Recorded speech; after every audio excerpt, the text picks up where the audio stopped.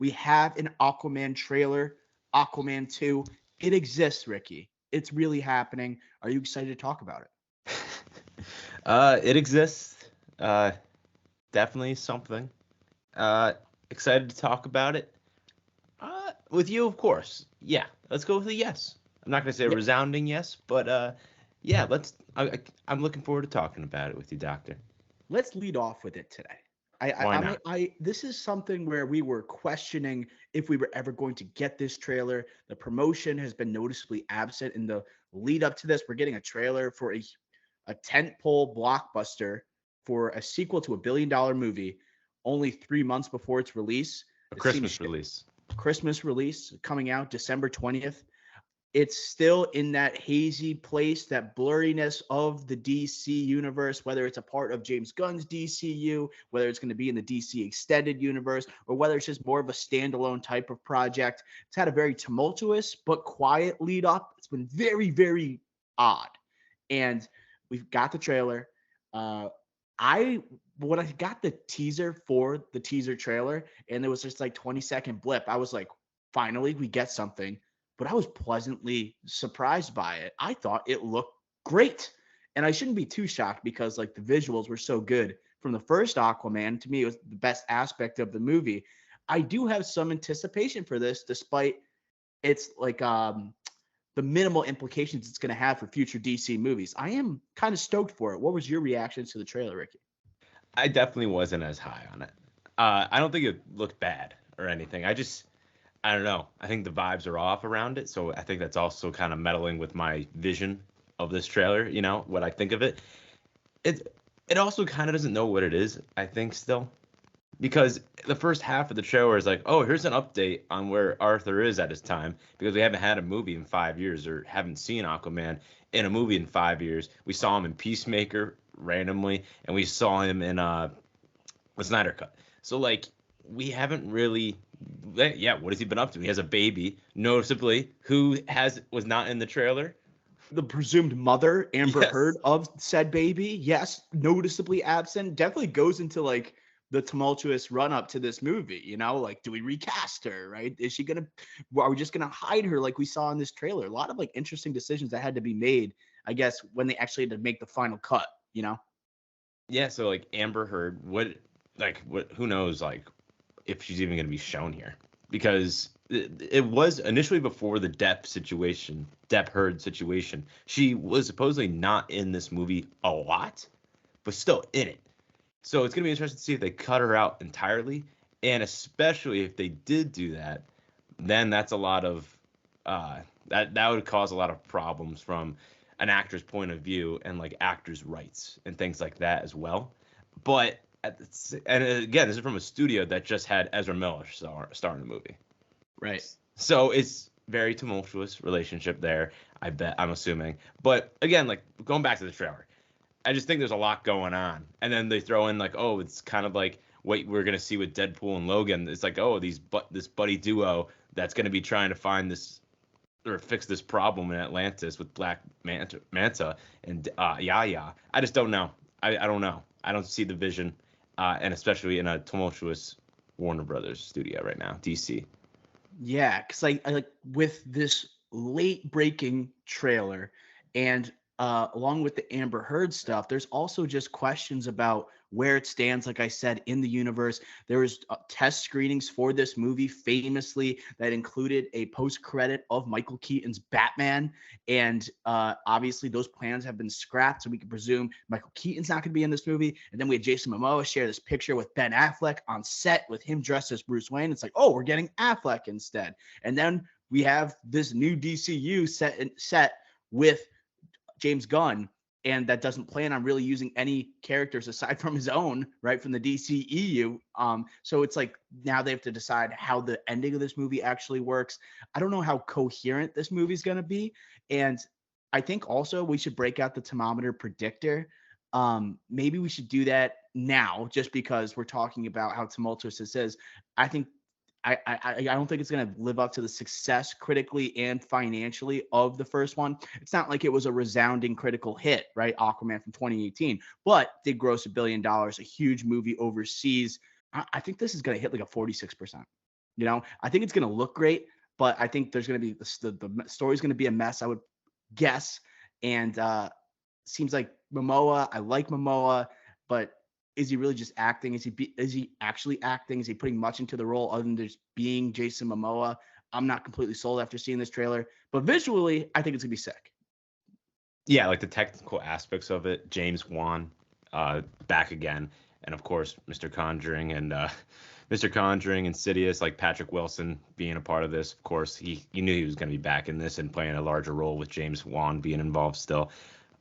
46 is a great call. I'm actually going to go more optimistic. I think James Wan. I think we know what he is, and he could put together a movie, whether it be coherent enough to appreciate a high Rotten Tomato score. It won't be, but I think he has enough standing where he can get above 50 here. I'm gonna go 55, Okay. 55 on the for the thermometer. So we're not that far apart. We still think there's going to be that ugly green splat next to Aquaman and the Lost Kingdom by the time Yeah. its release comes about. I I do want to talk about an aspect that you mentioned. It was the bromance that's going to be in this movie. It has Orm, which is played by Patrick Wilson, returning, a bearded and almost homeless looking type of caveman right at the beginning of this trailer, alongside Momoa.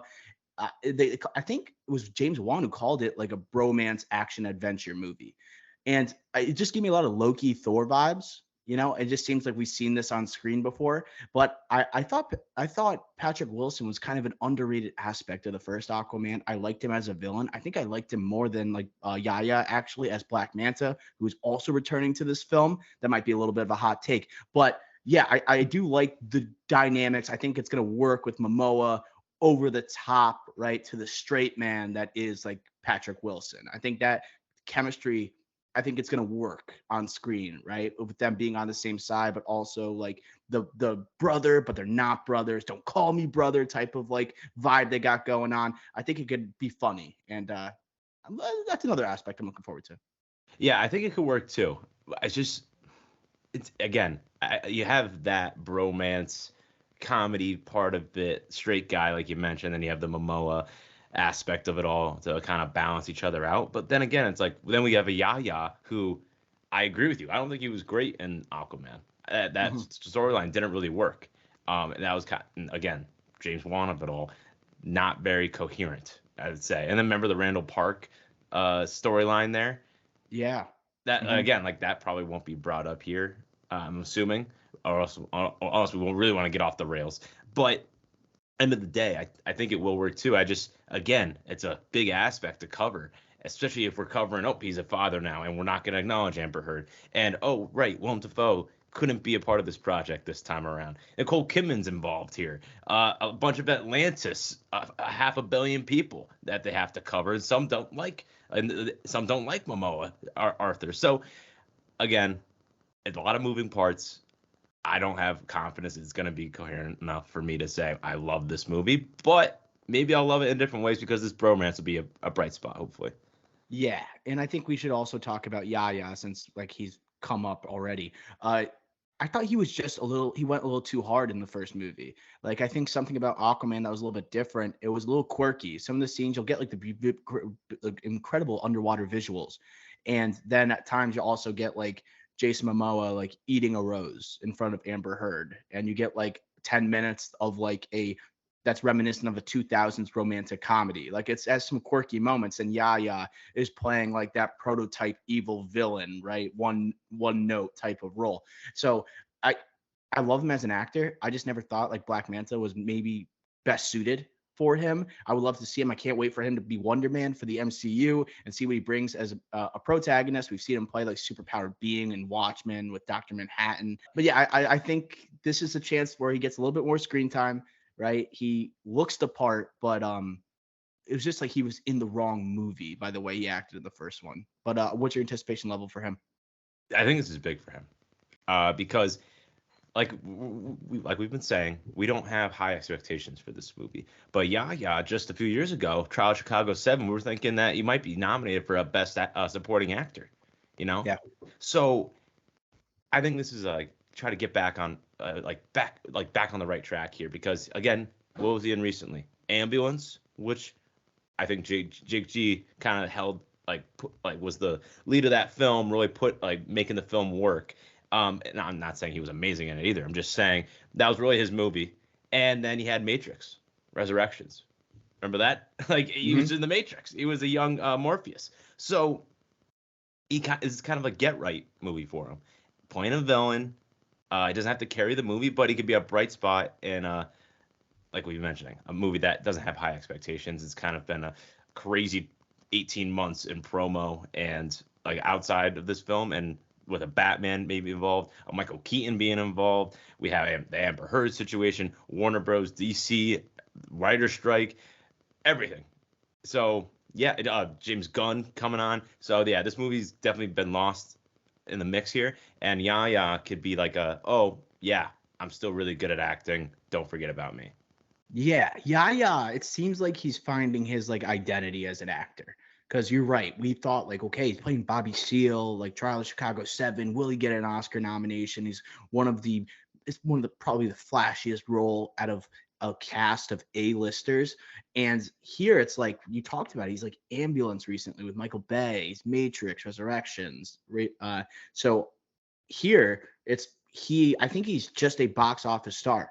I think that's what he is becoming. And now he's going to play a Marvel hero in a Disney Plus series. It just makes me think like maybe he's not the guy who's just going to garner like Academy Award nominations, but rather the guy that you're going to have like to star in tentpole movies. I think that he's on that trajectory instead. And I wouldn't have said that a couple of years ago. But Definitely. yeah, Black Manta is interesting because I think this Aquaman world, after the first one grossed $1 billion, they were like, okay, like we're gonna have a show called The Trench, and it's gonna because the visuals were so good, and it's just gonna be about these creatures that are living in Atlantis or around Atlantis. Black Manta is gonna get a solo movie, or he's gonna be a part of like this Injustice League that Lex Luthor is starting. There seemed like there were so many plans around the initial Aquaman, and $1 now billion movie. And like there was just so much hype around it, and then it has subsided to a point. We're now 5 years following the release of the first Aquaman. It just seems like the anticipation has fallen flat, and it's more known for it's chaos surrounding the film and to its lead up, and how it's going to have basically no implications for the outside DCU.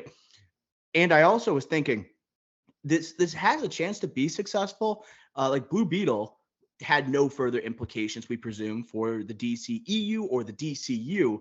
And that makes me think, okay, Aquaman 2 has a shot, but it just has so much surrounding parts that have question marks. It seemed like Blue Beetle was coherent. They knew what the goal was. They knew what the story was going to be. Here, it's just like they're so wishy-washy, and they're afraid to show audiences what they actually have. That's the only thing I can take away by the trailer coming out so late. I just think it has a shot, but I don't think it's going to actually have the same critical appeal that Blue Beetle did. Yeah, and I think as a Blue Beetle, they also that got lost too in the mix, and that was again for me too formulaic, but the movie worked. Shazam 2, that movie didn't work. That movie sucked. And do you know what that has on Rotten Tomatoes, by the way? Which one? Shazam 2. I would guess like 52. Wow, it's a great guess. 49. Mm-hmm. 49%. So you're saying, and I'm just going back to our predicting, you think this would be worse than that movie? I didn't even like Shazam 2 was just really generic. Like to me, it's like the 50% made sense. You know, it just was so down the middle compared to most superhero stuff. This one just looks cool. That's why I'm giving it a shot. It can be good, but it's just like, is it going to make sense? Right? Like audiences were confused after this was screened early because of like Michael Keaton being there. Like, what the hell's Batman here? Why is it Michael Keaton? Maybe because like the Flash hadn't come out yet and people are like, what the hell's going on? Those factors didn't exist for Blue Beetle. You know, they don't have to worry about that crap. Yeah. I going back to Shazam 2 real quick. That movie doesn't look good either. You know, like I don't really if you could take one thing away, one takeaway from that movie, like one positive, like I don't really think there really is one. Like right. Yeah. Versus here, like it's like, oh, this is gonna look good. You know, Momoa is gonna be Momoa, very likable. You know, Patrick Wilson, he's a steady Eddie. Mr. Conjuring, steady Eddie. You know what you're gonna get. I think that, and hopefully that's gonna be a bright spot. But like, at least there's some like, there's a higher ceiling in my eyes versus a Shazam 2, which Again, just didn't have really anything noteworthy to take away from. So I have higher expectations for this film. Hopefully we like it. I wasn't a huge fan of the first one, but again, it's $1 billion movie. $1 billion. I still looking back, like the fall from grace this movie is this character has had in the past 5 years has been remarkable. Yeah. And like the direction of this movie, I was also curious about, because the first one's like him becoming the king of Atlantis, and now it seems like this is what he's going to deal with, the issues when you are a leader of like these of this kingdom, right? Like you're going to have challengers, you're going to have people that don't see eye to eye, and I'm interested to see how Momoa approaches that, because like the character that he plays, it seems like it's a little slapsticky, the way he approaches most of his roles. So I want to see him, the tone, what's he going to do differently. And I don't know, because I remember Jason Momoa, I think, had a meeting with James Gunn, and he was excited about his future with DC and with Warner Brothers. So it makes me think like, okay, if this movie's successful, will James Gunn carry over Jason Momoa? Jason Momoa actually worked with James Gunn in Peacemaker, right? Yeah. The finale for Peacemaker. So Clearly maybe likes him. and we know that also Momoa has wanted to play the anti-hero, like Lobo, right? The villain Lobo for DC. So maybe that's going to be his future for the DCU. But I think Momoa is one of those actors that kind of fits the tone of like a James Gunn movie potentially, or like his style. I think he would be successful. Like I could see Momoa like in an alternate reality playing Drax in Guardians of the Galaxy. Like that's he's like a variant in that regard, And Yes. here I just I don't know. Maybe like if he buys Aquaman and like this one's successful, it is successful despite all these outside like chaos, that's surrounding this movie. Maybe they carry him over, right? But I know in our minds that's probably not going to be the case, right? Yeah, probably not. But again, like this movie's been given almost no chance, right? Yeah. Actors strike, writers strike. The promos have been not there. Literally, there hasn't been a trailer until now, and we're only 3 months away from this movie coming out, which is crazy. Again, that's literally insane. You never see that.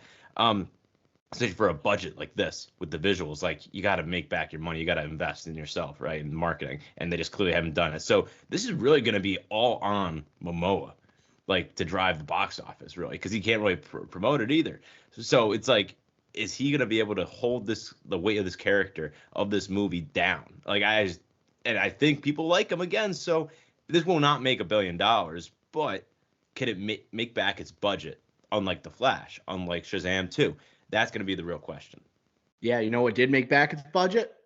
Blue Beetle. Blue Beetle made back its budget. That's a movie that fought like an uphill battle and still, right, managed to like clear its budget. I didn't think that was even feasible, right? But what do you think the drop off's going to be box office wise? Like the first one makes $1 billion. What's like a reasonable expectation for the sequel to make? Do you think it's going to hit $500 million? Do you think it's going to hit like at least half of what the first one made?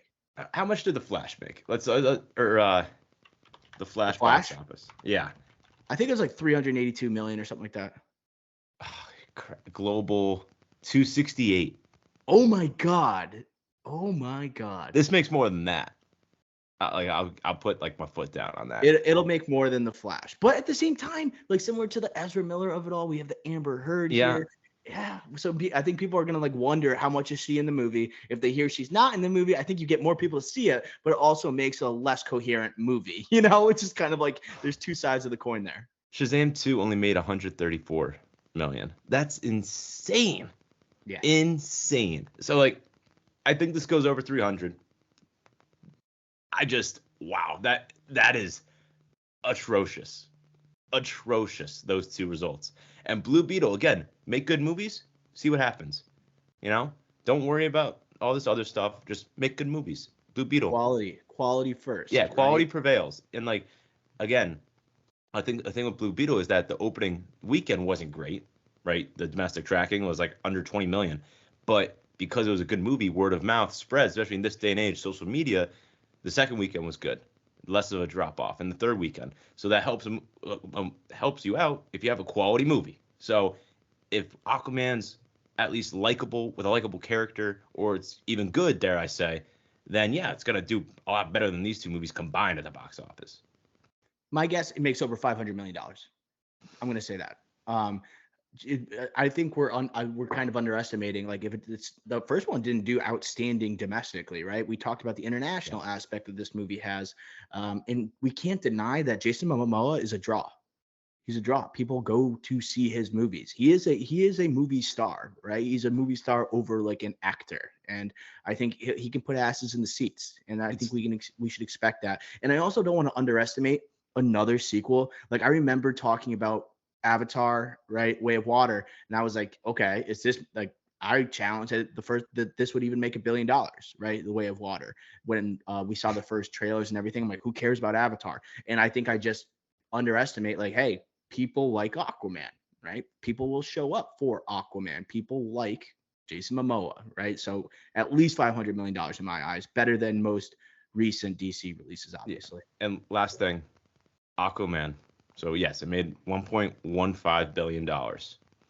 How much did it make domestically, if you had to guess? So I would say like 350. 335. You're on point with the guesses today. So yeah, I think this goes over 400. I want to say we're 500 too. So over 500. It's just God, 813 million internationally is and almost $1 billion internationally alone is a crazy stat. That's nuts. I don't know. It's something about the water, dude. I'm telling you, like the Pirates of the Caribbean overseas, the Aquaman, something's in the water. Something's in the water. All right, that's gonna do it for the Aquaman of the Lost Kingdom trailer recap there.